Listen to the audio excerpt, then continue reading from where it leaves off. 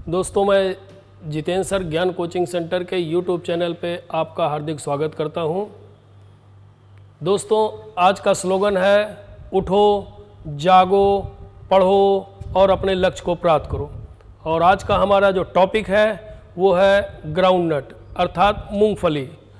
मूंगफली मुख्यतः खरीफ मौसम की फसल है जो वानस्पतिक रूप से अरेकिस हाइपोजिया के नाम से जानी जाती है और इसके अन्य नाम भी हैं जैसे पीनट, मंकी नट, अर्थ नट, गूबर।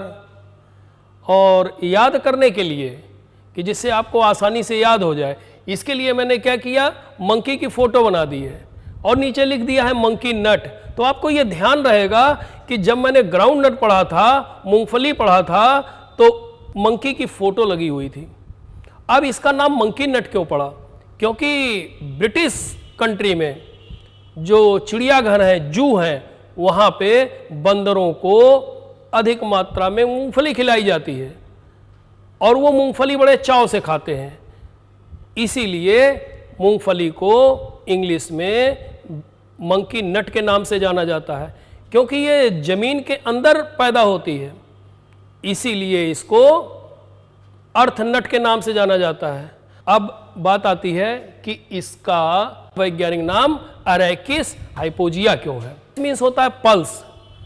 पल्स मीन्स दाल। ये चूंकि लेग्यूमिनेसी फैमिली की है, दो दली है, तो इसलिए अरेकिस मीन्स होता है पल्स और हाइपोजिया मीन्स होता है अंडरग्राउंड, मतलब भूमिगत, और अरेकिस मीन्स दाल।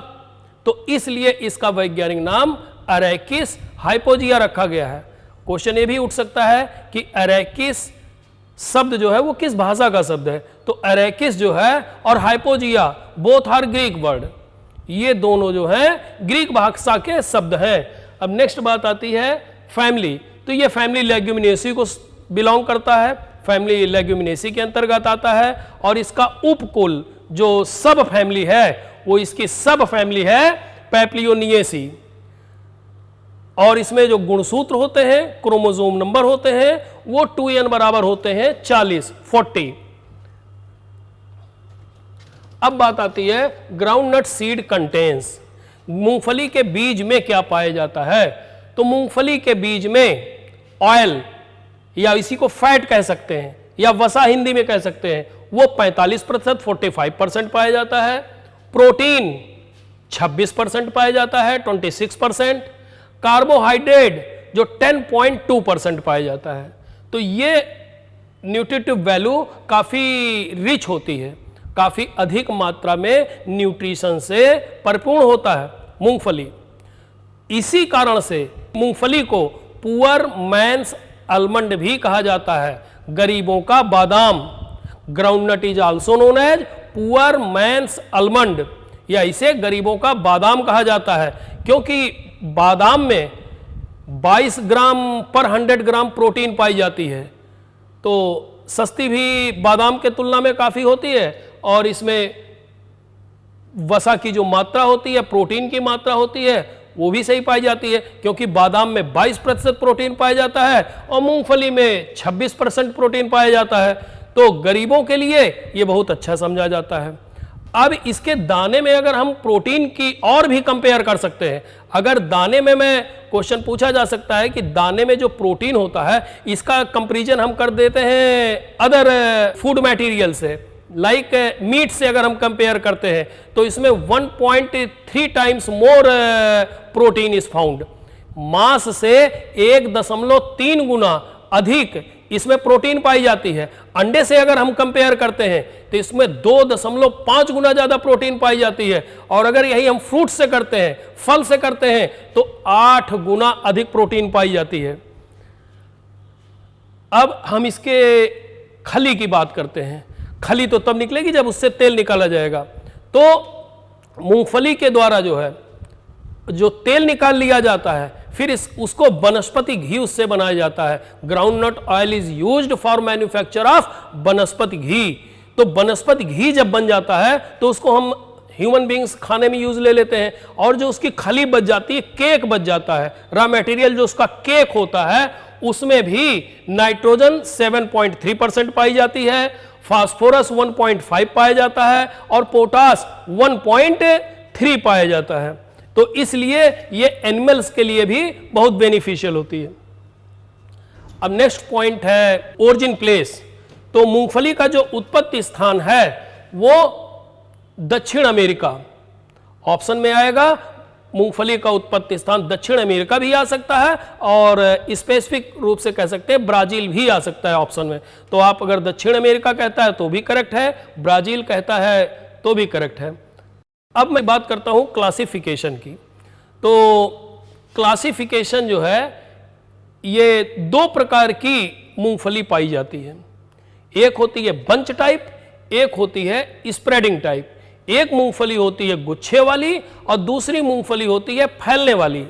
ये दोनों मूंगफलियां भारत में सबसे पहले पुर्तगालियों द्वारा लाई गई थीं, और पुर्तगाली में भी एक व्यक्ति हैं जिनका नाम है जेसुट फादर, ये इसको सबसे पहले लेके आए थे।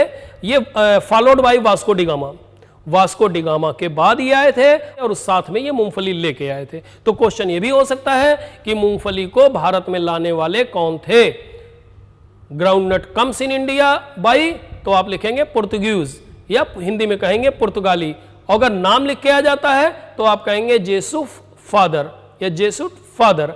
अब बात आती है जो दो प्रकार की मूंगफली होती है, गुच्छे वाली और फैलने वाली, मतलब bunch type and spreading type. तो बंच टाइप जो मूंगफली होती है, इसका वैज्ञानिक नाम है एरेकिस हाइपोजिया सब स्पीसीज फेस्टिजियाटा, और जो स्प्रेडिंग टाइप वेराइटीज है उसका वैज्ञानिक नाम है एरेकिस हाइपोजिया सब स्पीसीज या उपजाति प्रोकम्बेंस।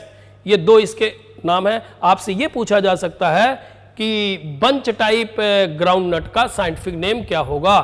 तो बंच टाइप को ये ध्यान रखना, बंच टाइप को और भी अन्य नाम से जाना जाता है। बंच टाइप को कहते हैं erect type groundnut, bunch type को कहते हैं स्पेनिश टाइप ग्राउंडनट। तो इसके तीन नाम हो गए, बंच टाइप, इरेक्ट टाइप और स्पेनिश टाइप। गुच्छे वाली जो मूंगफली होती है उसके दो अन्य नाम भी हैं, एक इरेक्ट, इरेक्ट मीन सीधा, और स्पेनिश टाइप। अब जो दूसरी वैरायटी है ग्राउंडनट की स्प्रेडिंग टाइप, मतलब फैलने वाली किस्में। फैलने वाली किस्मों को भी दो नामों से जाना जा सकता है, और इसमें इंपॉर्टेंट पॉइंट बनता है, आपको स्प्रेडिंग टाइप नहीं देगा, कह देगा वर्जीनिया टाइप ग्राउंडनट का साइंटिफिक नेम क्या होगा। तो Virginia type spreading type is also known as Virginia type. जो फैलने वाली किस्में होती हैं, स्प्रेडिंग टाइप जो वेराइटीज होती हैं, उसको एक दूसरा नाम भी दिया गया है वर्जीनिया टाइप, या इसी को कहते हैं ट्रेलिंग टाइप। ट्रेलिंग टाइप मतलब फैलने वाली। अब हम बात करते हैं मूंगफली के पौधे की। तो मूंगफली का पौधा जो होता है एनुअल होता है, एक वर्षीय होता है, मतलब ये अपनी लाइफ साइकिल जो है विद इन ईयर कंप्लीट कर लेता है। डे न्यूट्रल प्लांट, दिवस निष्प्रभावी पौधा, अर्थात इसकी फ्लावरिंग पर दिन के प्रकाश का कोई प्रभाव नहीं पड़ता है, इसलिए इसे दिवस निष्प्रभावी कहा जाता है। और जो पौधे का एक क्लासिफिकेशन और किया गया है, C3 प्लांट, C4 प्लांट या कैम प्लांट। उस कैटेगरी में, उस वर्ग में अगर देखते हैं तो मूंगफली जो है वो C3 पौधा है। अब इसकी ऊंचाई पौधे की वो 30 से 60 सेंटीमीटर होती है। इसकी जड़ काफी गहराई तक जाती है और टैप रूट सिस्टम पाया जाता है। इसमें मूसला जड़ पाई जाती है। और बहुत इंपॉर्टेंट क्वेश्चन इसका बनता है कि मूंगफली में कैसा पॉलिनेशन होता है, तो कैसा परागण होता है। तो मूंगफली में स्वपरागण होता है।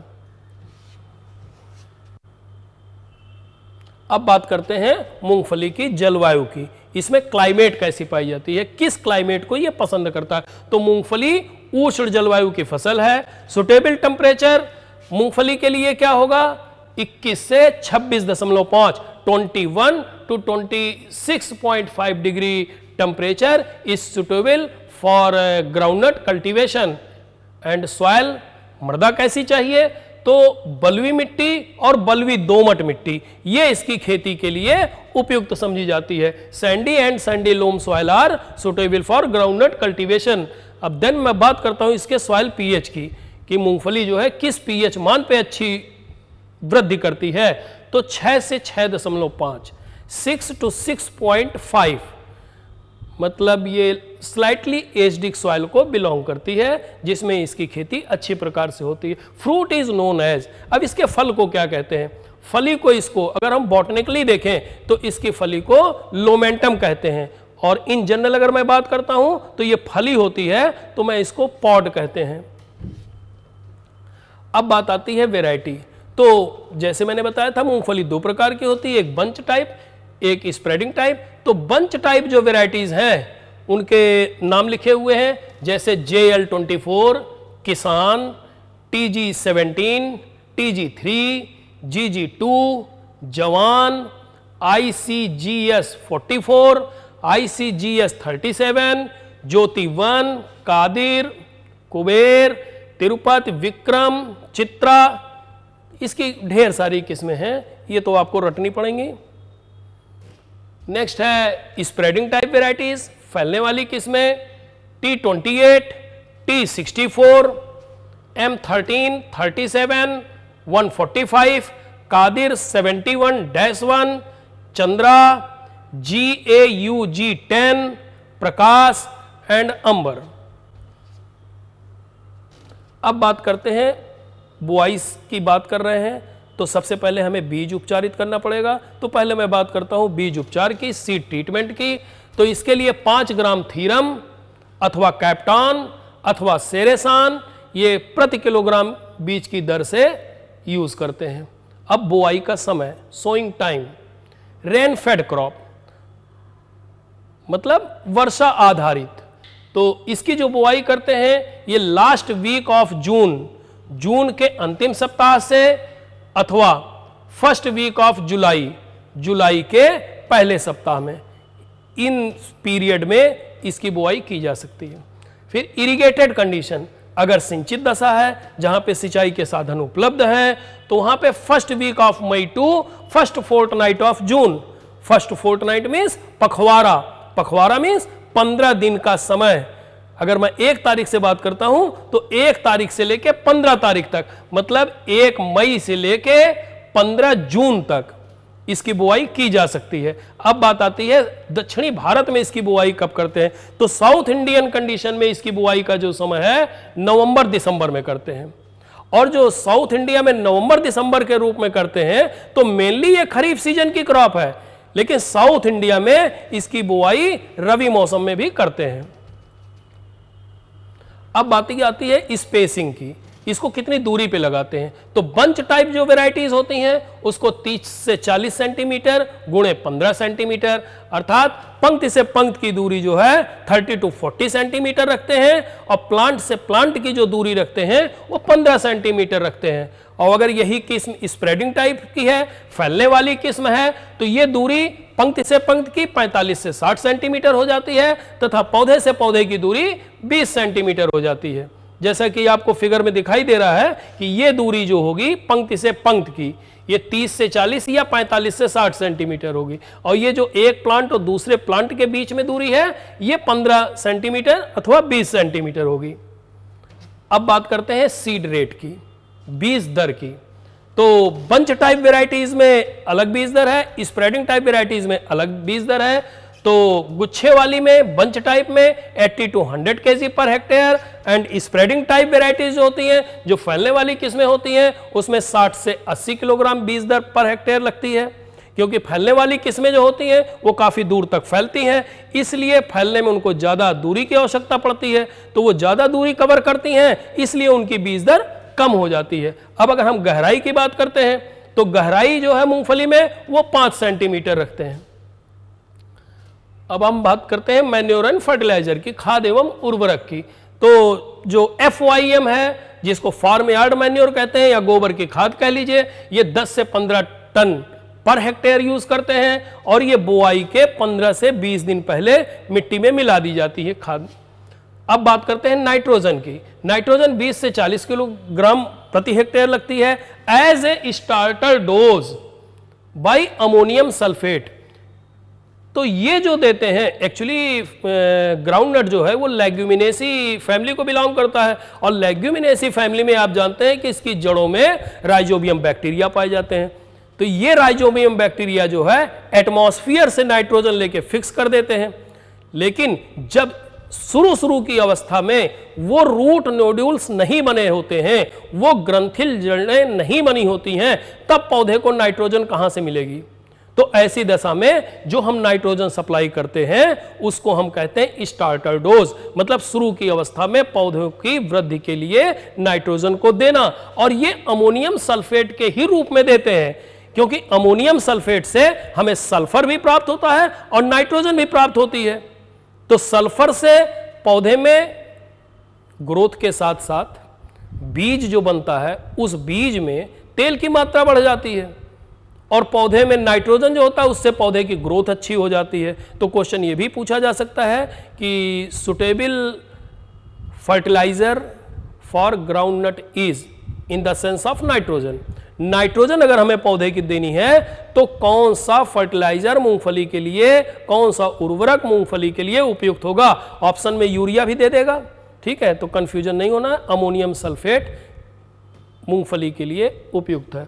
अब बात करते हैं फास्फोरस। तो फास्फोरस जो है 50 से 60 किलोग्राम प्रति हेक्टेयर के हिसाब से देते हैं, पोटास 30 से 40 किलोग्राम पर हेक्टेयर के हिसाब से देते हैं, और जिप्सम भी इसमें देते हैं, क्योंकि अगर क्षारीय मिट्टी हो जाएगी तो वो जिप्सम डाल देंगे तो उससे सुधार हो जाएगा, और जिप्सम के द्वारा हमें सल्फर भी प्राप्त होता है, तो उससे तेल की मात्रा बढ़ जाती है, फैट % बढ़ जाता है। इसलिए हमें जिप्सम भी देना मूंगफली में लाभप्रद होता है, और जो कि 250 kg पर हेक्टेयर के हिसाब से देते हैं। 250 किलोग्राम जिप्सम प्रति हेक्टेयर देते हैं।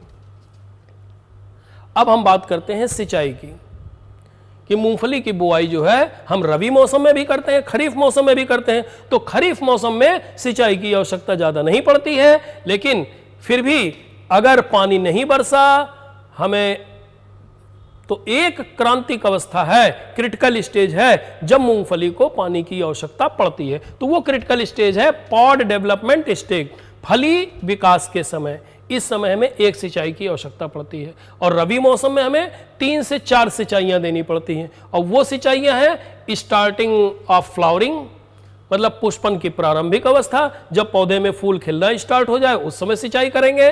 फ्रूटिंग पीरियड, फल बनते समय हम फिर सिंचाई दूसरी करनी पड़ेगी। तीसरी सिंचाई फली विकास की अवस्था, पॉड डेवलपमेंट की अवस्था, इस समय भी हमें सिंचाई करनी पड़ेगी। और बिफोर हार्वेस्टिंग, खुदाई से पूर्व, क्योंकि मिट्टी कड़ी हो जाती है जिसके कारण उसको खोदने में दिक्कत होती है। अगर हम खुदाई से एक दिन पहले सिंचाई कर देंगे तो सारी मूंगफली मिट्टी में चिपकी रह जाएगी, जिसके कारण फिर परेशानी हो जाएगी। तो कम से कम मिट्टी की दशा के अनुसार, अगर सैंडी सॉइल है तो 3 दिन पहले, अगर सैंडी लोम सॉइल है तो 4 दिन पहले या 5 दिन पहले हम उसकी सिंचाई कर देंगे, जिससे खुदाई के समय मिट्टी में भुरभुरापन रहे, पल्वराइज्ड सॉइल रहे, जिससे कि हम उसको खोदें तो आसानी से खुद जाए और मिट्टी भी मूंगफली में चिपकी न रहे। अब देखिए ग्रीष्म ऋतु में जो सिंचाइयाँ करनी पड़ती हैं इन समर सीजन, तो समर सीजन में कुल सिंचाइयों की संख्या 10 से 12 हो जाती है। अब यहाँ पे ग्राउंडनट की ग्रोथ स्टेज दिखाई गई है, वृद्धि की अवस्थाएं दिखाई गई हैं। तो देखिए पहले यहाँ पे मूंगफली बो दी गई, फिर मूंगफली में जमाव शुरू हुआ। देखिए इसमें क्वेश्चन ये भी पूछा जा सकता है कि मूंगफली में किस प्रकार का जर्मिनेशन होता है, और इसके बाद ये देखिए मूंगफली का पौधा धीरे धीरे फिर यहाँ पे ग्रोथ किया पौधे ने, यहाँ पे फ्लावर आ गए, और बाद में फिर इसमें नीचे लास्ट वाले में देखिए यहाँ पे मूंगफली बनी हुई है। तो इस तरीके से मूंगफली का डेवलपमेंट स्टेजेस है। और सिंचाई के लिए इरिगेशन जो करते हैं वो आजकल पॉपुलर मेथड है, नवीनतम है कि स्प्रिंकलर द्वारा सिंचाई करते हैं। अब नेक्स्ट पॉइंट है वीड कंट्रोल, क्योंकि मूंगफली की खेती में खरपतवार की भी समस्या आती है। तो कौन कौन से ऐसे खरपतवार हैं जो मूंगफली में अधिक लगते हैं, तो फिगर से ही क्लियर है। एक चौलाई लगता है जिसको एमरैंथस विरिडिस कहते हैं, दूसरा वाइल्ड सोरघम जंगली ज्वार लगता है, साइप्रस रोटेंडस जिसे हम मोथा कहते हैं ये लगता है, और साथी हिंदी में कहते हैं, और इंग्लिश में, हिंदी में इसको एक और नाम दिया गया है पत्थर चटा, या इसको वैज्ञानिक रूप से ट्राइएंथिमा स्पीसीज कहते हैं। अब बात ये आती है कि इसको कैसे दूर करेंगे। तो दूर करने के लिए एक हम मैनुअल कर सकते हैं, आदमी स्वयं खुरपी लेके उसको निकाल सकता है, तो और या केमिकल द्वारा करेंगे। तो अगर हम मैनुअली करते हैं तो इसमें हमें 2 होइंग की आवश्यकता पड़ती है। तो पहली निराई गुड़ाई जो हम इसमें करेंगे वो बुआई के 3 सप्ताह बाद करेंगे, अर्थात 3 week after sowing. First hoeing is essential and second hoeing after 6 week of sowing. दूसरी निराई बुआई के 6 सप्ताह बाद करेंगे। और इसके लिए यह भी पूछा जा सकता है कि मूंगफली में खरपतवार नियंत्रण के लिए सुटेबल वीडिसाइड कौन सा होगा, कौन सा खरपतवारनाशी मूंगफली में यूज करते हैं। तो मूंगफली का जो बेस्ट खरपतवारनाशी है वो है टोक E25। इसको जो है 600 लीटर पानी में 4 लीटर घोल लेते हैं और प्री इमरजेंस मतलब अर्थात जमाव के पूर्व इसका छिड़काव कर देते हैं। Tok E25 at the rate of 4 litre पर hectare plus 600 litre of water as pre emergence. Pre emergence means बुआई के बाद और जमाव के पूर्व इसका छिड़काव करते हैं। फिर एक और वीडिसाइड है जिसका नाम है फ्लूक्लोरालिन। फ्लूक्लोरालिन को ही वासालिन कहते हैं, मार्केट में वासालिन के नाम से मिल जाता है। Eight the rate of 1 kg AI, मतलब इसमें जो 1 किलोग्राम सक्रिय तत्व एक्टिव इंग्रेडिएंट होता है और ये 800 से 1000 लीटर पानी में घोल करके इसको भी जो है हम यूज कर लेते हैं एज प्री प्लांटिंग। मतलब इसको हम बुआई के पूर्व यूज करेंगे और इसको बुआई के बाद और जमाव के पूर्व। Means Tok E25 used as pre emergence and fluchloralin Basalin is used as pre planting spray. मतलब बुआई के पूर्व यूज करेंगे फ्लूक्लोरालिन और टोक E25 बुआई के बाद, लेकिन जमाव के पूर्व यूज करेंगे। क्वेश्चन ये पूछा जा सकता है कि वासालिन प्री इमरजेंस है या प्री प्लांटिंग इमरजेंस है या पोस्ट इमरजेंस है। इस तरीके से आज का टॉपिक वीड कंट्रोल कंप्लीट होता है। और आज मैंने जो आपको बताया वो मूंगफली के बारे में जर्मिनेशन से लेके वीड कंट्रोल तक की सारी जानकारियाँ बताई, और इसके आगे की जानकारी डिजीज़ और इंसेक्ट और अन्य इम्पॉर्टेंट पॉइंट्स ये आपको पार्ट 2 में प्राप्त होगा। Thank you.